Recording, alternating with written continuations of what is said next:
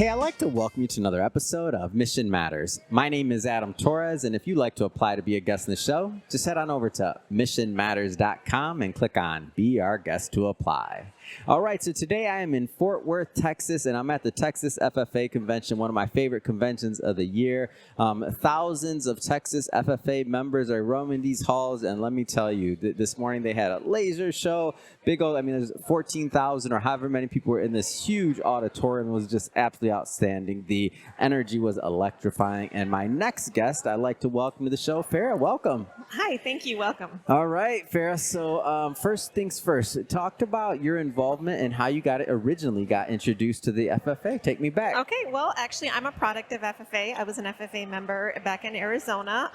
Did lots of SAEs, ran for chapter office, and just went through it my whole high school. All years I was in FFA. So you're original now. Yeah. Now, did you have family before that? Yes. Okay, talk to me about the legacy. All these legacies. So no, definitely. So my grandfather was an FFA. Wow. And then my father, they were both state so you state had officers. some, it just ran in the family, and it was like, okay. And was the family all from Arizona? All from Arizona, yes. Wow. All from Arizona. We had farms out there. Both of them farmed, and so cotton, alfalfa, silages for the cows. We're a farm family, and so it just kind of went hand in hand.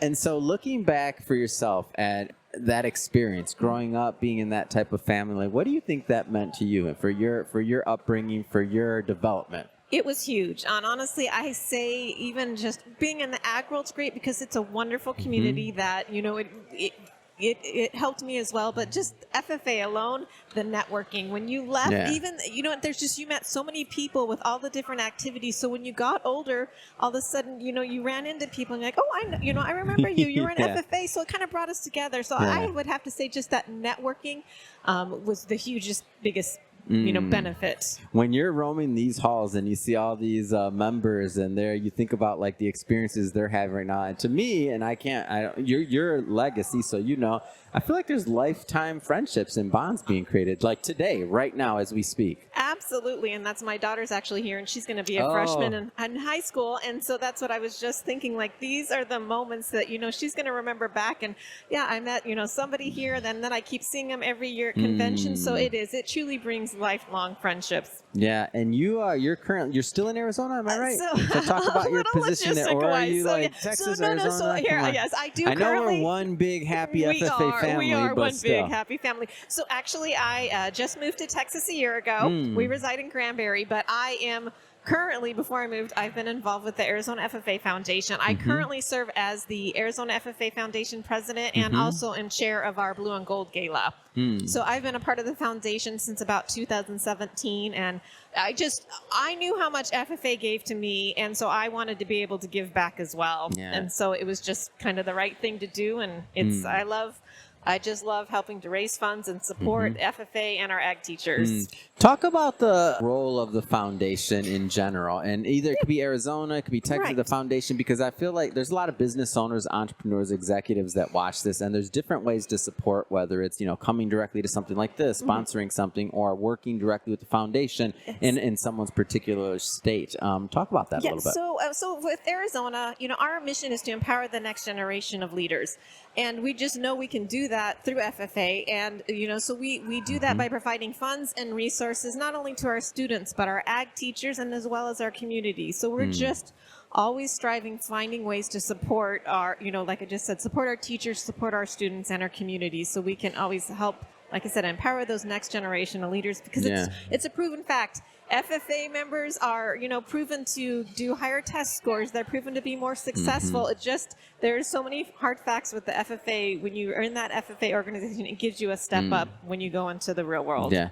You mentioned the gala, something else that you're part of for that. What is that about? Talk to me. That's my love. I had a feeling it was, because whenever you can't give up a gala, that means it's a good one. No, it is. And honestly, so we had actually our Arizona Blue and Gold Gala will be held on January 31st, 2026. It'll be our 10th annual event. Wow. And so I've been the chair for the past, I believe, 5 years. And since that time, our past president, it was a dream of hers to start this gala, and she got it started, and then she handed the reins over to me, and I have. That's awesome. I have She's enjoyed like, all right, it. you're next. We have over 700 people attend our Whoa, event. that's big. Yeah, it's known as the biggest night in Arizona agriculture, and it's literally the entire Arizona agriculture community comes together for one night to raise funds for our Arizona FFA. And it's just, we have a live auction, silent auction. It's just a lot of fun. It's like the one time a year, all the different ag commodities get together and have a great time. Now, when I first graduated college, I moved to Arizona. So I lived in Arizona for about 6 years, everywhere from like North Scottsdale to Peoria to close to Buckeye at one point. I lived in Buckeye. So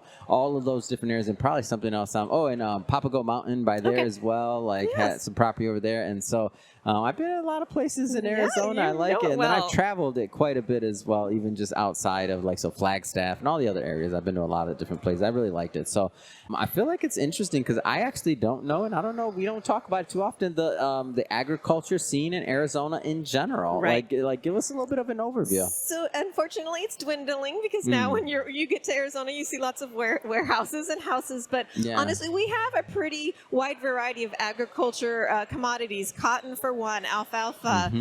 Like I said, the silages. We have the forestry up in northern Arizona. We've got the forestry industry. We even have some special looking. And obviously, in Yuma is our huge produce industry. I mean, they're the produce capital of the world in Yuma. So we are very diverse, even though you may not realize it, but we are a very diverse state with all the different commodities.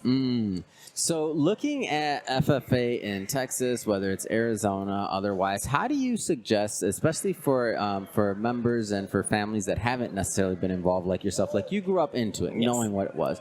How do you suggest people get involved?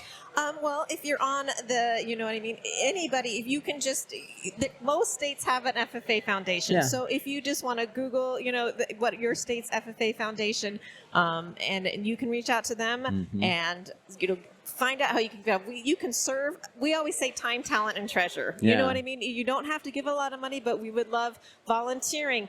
There are so many FFA events, not only in Arizona and all these other states. They need judges. They need lots of volunteers all the time. So there's multiple ways someone can come and support the FFA in your state. Yeah, I figured. And for the members, the kids that are considering becoming part of FFA, maybe it's at their high school, maybe they already have it. What would you tell, speaking directly to them, on why they should seriously consider it as not just another program or thing? Because it's really not. No, it's not. It is a wonderful opportunity. I can almost guarantee you will not regret joining the FFA. There are so many stories of students joining FFA, not because they maybe even knew about it. Maybe it was the only class left and that's what they got put in. But it has changed lives. We have so many stories of how students just, happen to fall into it. And because of FFA, they've been given careers they've never would have had without FFA. Networks of people that have gotten them places, because of the FFA. So it truly is an empowering organization, and I can almost guarantee you will come out way ahead by joining and being a part of the FFA. And the other part is that, so because of the branding and because of the lineage, and so for example yourself, you were farmer lineage, but the scope of things that people are able to do, and correct me if I'm wrong, you don't even have to necessarily be interested in farming or raising animals. Like, it's such that's a common misconception, right? I mean, hence why we go by FFA now and not Future Farmers of America, because it's so much more than farming and agriculture. It's public speaking. My daughter did radio broadcasting this year for one of her contests. Yeah, so it's media. It's media. It's speaking. It's leadership. Parliamentary procedure. It's the biggest thing. You're going to get the public speaking, the leadership skills from this. And the craziest part, because I know when I was in FFA, most of the kids in FFA had an ag background, but today that is exactly the opposite. Most of the people on FFA don't come from an ag background.